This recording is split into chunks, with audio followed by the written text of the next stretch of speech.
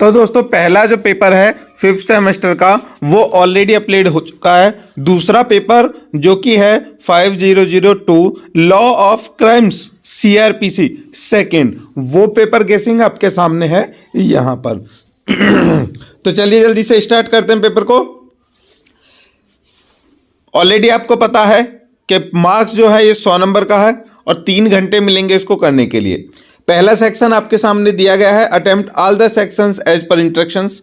ठीक है, तो आप जब पेपर देखेंगे तो उसमें सारे सेक्शंस आप वहां पर पढ़ने के बाद ही उनको अप्लाई करेंगे। लेकिन यहां पर सीधा सीधा एक ही कंडीशन है कि जितने भी पेपर में क्वेश्चन दिए रखे हैं वो सारे के सारे आपको सॉल्यूशन लेकर के करके और याद करके उन क्वेश्चनों को जाना है। तो वेरी शॉर्ट में आपको यहां पर 10 क्वेश्चंस मिलने वाले हैं, जिनमें से 5 क्वेश्चंस आपको एग्जाम में देखने के लिए मिलेंगे। तो पहला क्वेश्चन है दोस्तों, संज्ञेय अपराध और असंज्ञेय अपराध के अपराधों के अंतर को स्पष्ट कीजिए। मतलब संज्ञेय अपराध और असंज्ञेय अपराध दोनों क्या होते हैं। इट मीन के differentiate between cognizable and non cognizable offences. दूसरा क्वेश्चन है, अन्वेषण एवं जांच में अंतर लिखिए। Write the difference between investigation and inquiry. तीसरा क्वेश्चन है, वारंट केस को परिभाषित कीजिए। जो केस, ऐसे कौन से केस है जिनमें तुरंत वारंट बनता है और वारंट इश्यू होने के बाद ही गिरफ्तारी होती है, तो कौन से होते हैं वो वारंट केस, वो पूछा जा रहा है। चौथा है, अग्रिम जमानत, एंटीसिपेटरी बेल। पांचवा क्वेश्चन है, पुलिस रिपोर्ट क्या है। छठा क्वेश्चन है, लोक अभियोजक, पब्लिक प्रोसिक्यूटर किसे कहते हैं। पब्लिक प्रोसिक्यूटर बहुत अच्छे से वीडियोस में हमने समझाया है। ठीक है, आगे है क्वेश्चन कि समन और वारंट मामलों में अंतर स्पष्ट कीजिए। Differentiate between summons and warrant case. आठवां क्वेश्चन है, पुलिस कब किसी व्यक्ति को गिरफ्तार कर सकती है, when police arrest a person. नौवां क्वेश्चन है, कंपाउंडेबल ऑफेंसेस, क्षमनीय अपराध कौन से होते हैं। और यहां पे 10वां और लास्ट क्वेश्चन है, डिस्चार्ज एंड एक्विटल। डिस्चार्ज, नीचे थोड़ा सा डिस्प्ले की वजह से ऐसा हो रहा है, ठीक है। डिस्चार्ज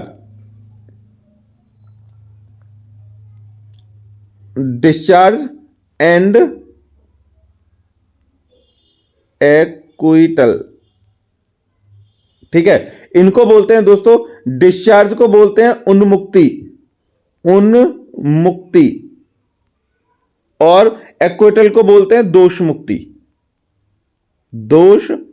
मुक्ति। इन दोनों को बताना है, ठीक है। बड़े सिंपल से छोटे छोटे और आसान से क्वेश्चन है।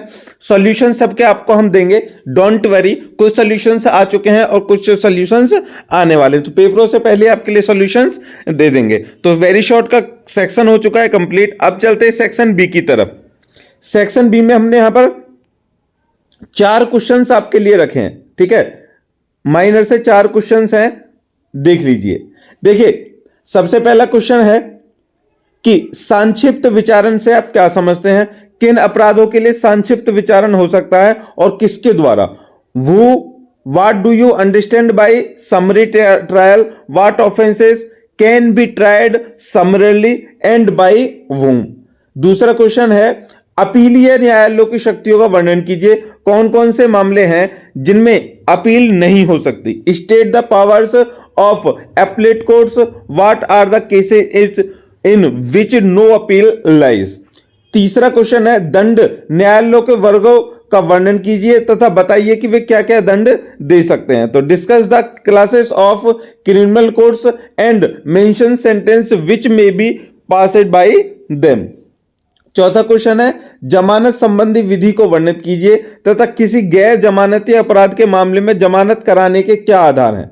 जमानत कब उनकी निरस्त की जा सकती है। तो discuss the law relating to bail, what is the basics of bail in non bailable cases, what can bail be cancelled. और गिरफ्तार व्यक्ति के कौन कौन से संवैधान अधिकार तथा कानूनी अधिकार हैं। दोनों क्वेश्चंस एक दूसरे से जुड़े हुए हैं, ठीक है, तो इसलिए दोनों को एक साथ मर्ज कर दिया है। What are the constitutional and legal rights of arrest person. जब आप जमानत के बारे में पढ़ रहे होगे कि किस किस को जमानत किस प्रकार दी जा सकती है, क्या क्या उसके पास अधिकार है, तो दोनों क्वेश्चन वहां पर मर्ज होकर के आपको मिल जाएगा। ठीक है दोस्तों, तो ये थे हमारे शॉर्ट क्वेश्चंस। अब चलते हैं हम सेक्शन सी की तरफ। देखिए सेक्शन जो ये बी है, इसमें मैं बता दूं, इसमें से 3 क्वेश्चंस कोई भी देखने को मिलेंगे, उन तीनों में से आपको केवल 2 क्वेश्चन देने हैं और पर क्वेश्चन से 10 नंबर का होगा, तो 10 दूनी 20 नंबर का एक सेक्शन होने वाला है। ठीक है, ऑलरेडी जो ऊपर वाला क्वेश्चन था, ऊपर वाला जो प्रश्न था वो हमने वहां पर करा दिया है फर्स्ट वाला, तो सेकंड वाला हो गया। अब चलते हैं नेक्स्ट पर।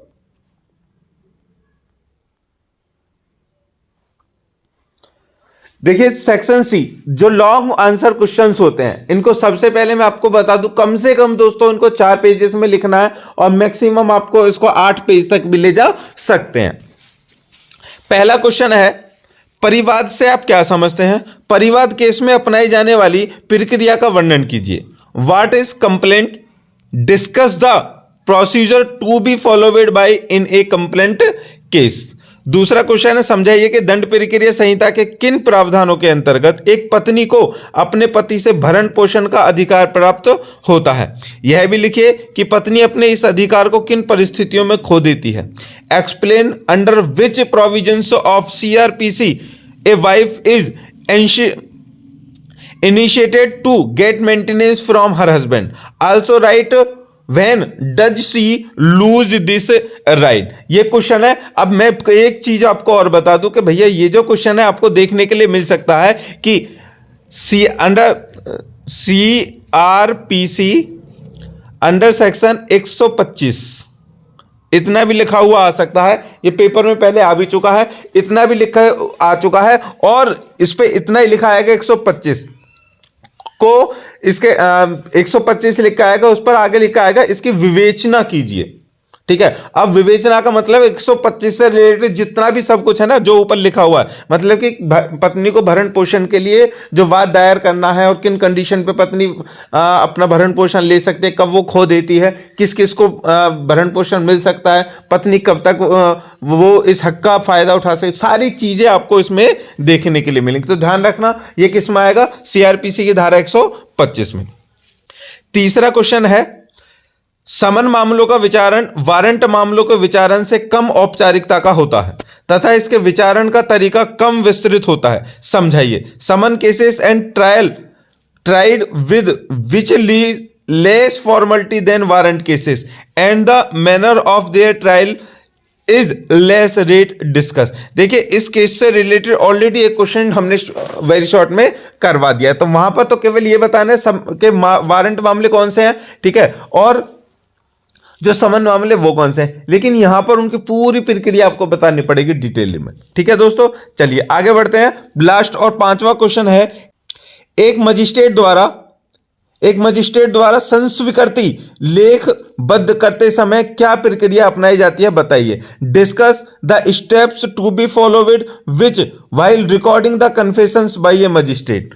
और या फिर मजिस्ट्रेट और सेशन न्यायालय अपराधों का संज्ञान कब ले सकते हैं। वहन कहने magistrate court of session take cognize of an offence, मतलब कि कोई जब मामला हो जाता है, कोई केस हो जाता है, तो उस पर कब सेशन कोर्ट और मजिस्ट्रेट कोर्ट दोनों कब उस पर एक्शन ले सकते हैं। इसका पूरा प्रक्रिया से आपको क्या करना है, इसका विवेचना करनी है और विस्तृत उत्तर देना है। कहने का मतलब यह है इन सबके जो सॉल्यूशंस है हमारी वीडियो में मिल जाएगा। जल्दी से चैनल पे जाइए और जाकर के जो प्लेलिस्ट है सब्जेक्ट वाइज उनके कोड से उनके नाम से है सारी सारी बनी हुई है, जल्दी से आकर के देख लीजिए।